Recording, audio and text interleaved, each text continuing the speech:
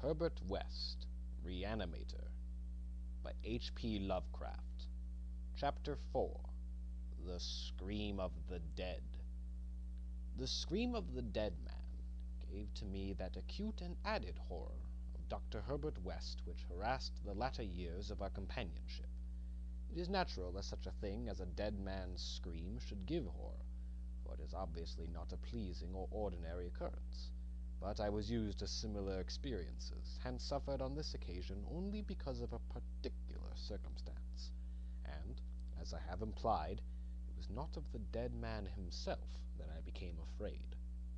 Herbert West, whose associate and assistant I was, possessed scientific interests far beyond the usual routine of a village physician.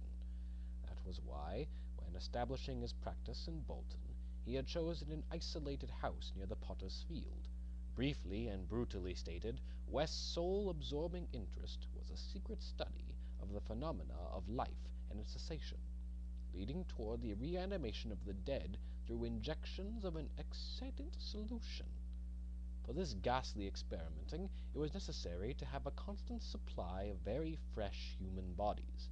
Very fresh, because even the least decay hopelessly damaged the brain structure, and human, because we found that the solution had to be compounded differently for different types of organisms.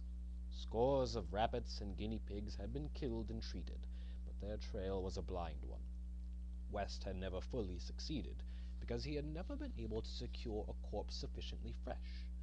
What he wanted were bodies from which vitality had only just departed, bodies with every cell intact and capable of receiving again the impulse toward that mode of motion called life. There was hope that this second and artificial life might be made perpetual by repetitions of the injection, but we had learned that an ordinary natural life would not respond to the action. To establish the artificial motion, natural life must be extinct. The specimen must be very fresh, but genuinely dead. The awesome quest had begun when West and I were students at the Miskatonic University Medical School in Arkham, vividly conscious for the first time of the thoroughly mechanical nature of life.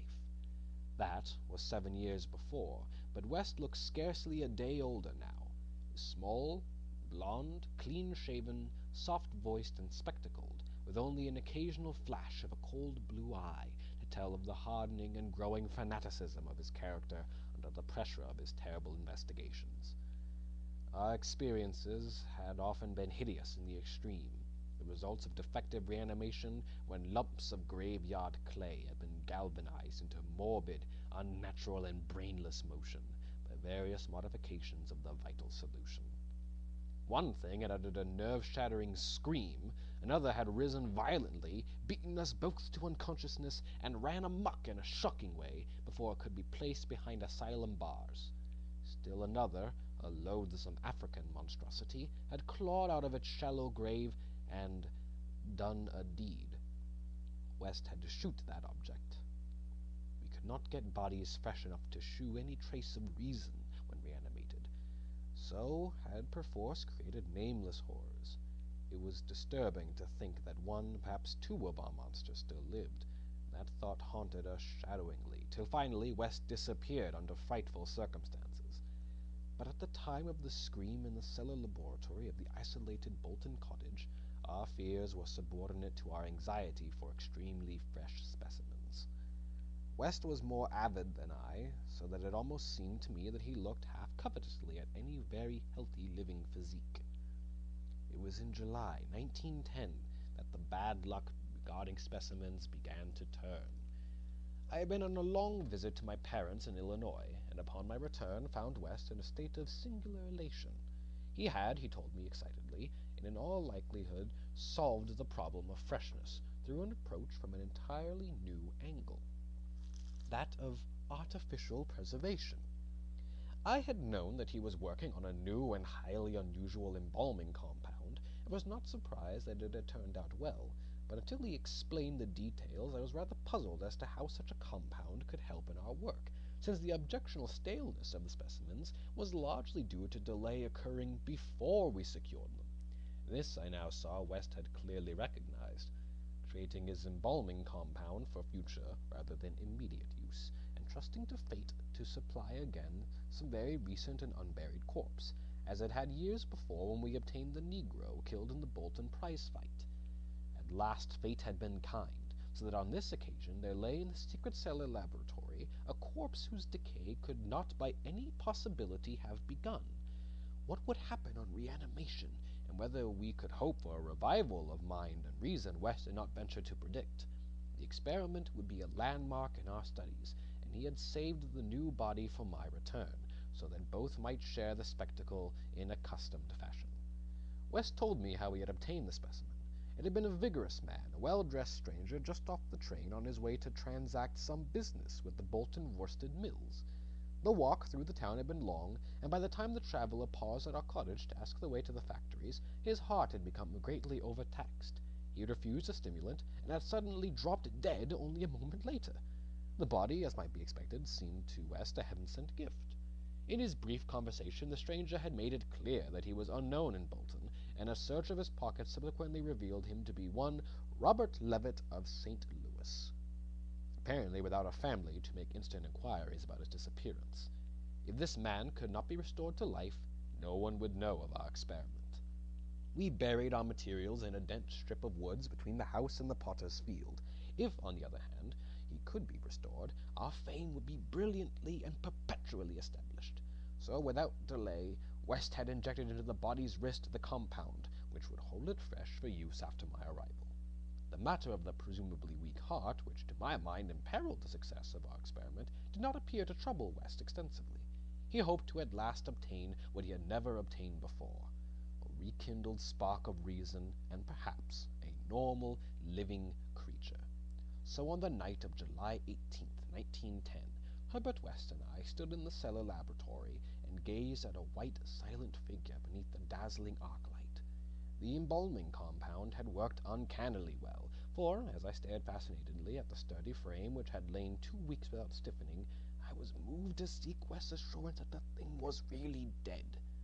This assurance he gave readily enough, reminding me that the reanimating solution was never used without careful tests as to life, since it would have no effect if any of the original vitality were present. As West proceeded to take preliminary steps, I was impressed by the vast intricacy of the new experiments, an intricacy so vast that he could not trust no hand less delicate than his own. Forbidding me to touch the body, he first injected a drug in the wrist just beside the place his needle had punctured when injecting the embalming compound. This, he said, was to neutralize the compound and release the system to a normal relaxation so that the reanimating solution might freely work when injected. Slightly later, when a change and a gentle tremor seemed to affect the dead limbs, West stuffed a pillow-like object violently over the twitching face, not withdrawing it until the corpse appeared quite and ready for our attempt at reanimation.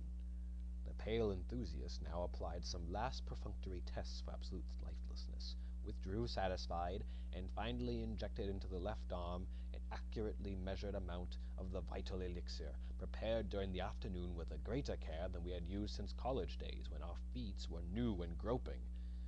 I cannot express the wild, breathless suspense with which we waited for the results on this first really fresh specimen. The first we could reasonably expect to open its lips in rational speech, perhaps to tell of what it had seen beyond the unfathomable abyss.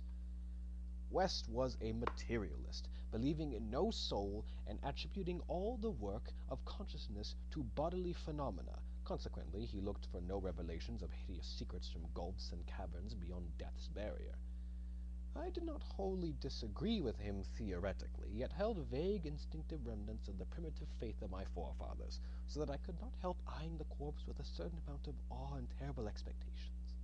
Besides, I could not extract from my memory that hideous, inhuman shriek we heard on the night we tried our first experiment in the deserted farmhouse at Arkham. Very little time had elapsed before I saw the attempt was not to be a total failure.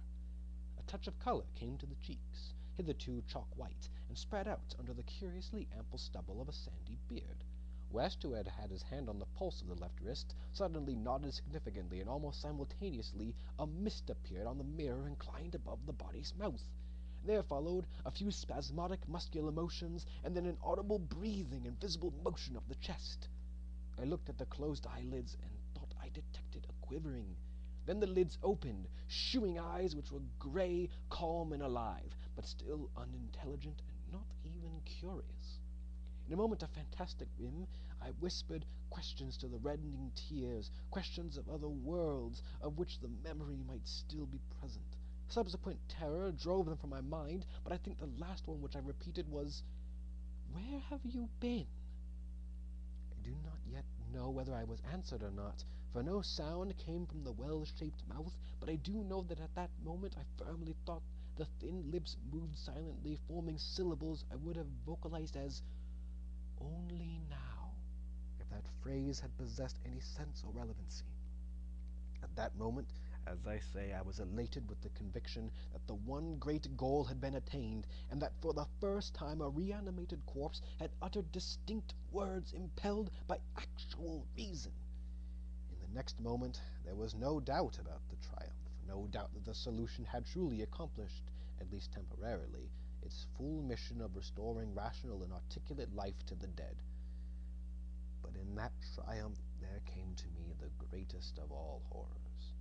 Not horror of the thing that spoke, but of the deed that I had witnessed, and of the man with whom my professional fortunes were joined. For that very fresh body, at last writhing into full and terrifying consciousness, with eyes dilated at the memory of its last scene on earth, threw out its frantic hands in a life-and-death struggle with the air, and suddenly, collapsing into a second and final dissolution from which there could be no return, screamed out the cry that will ring eternally in my aching brain: "Help! Keep off, you cursed little tow-headed fiend! Keep that damned needle away from me!"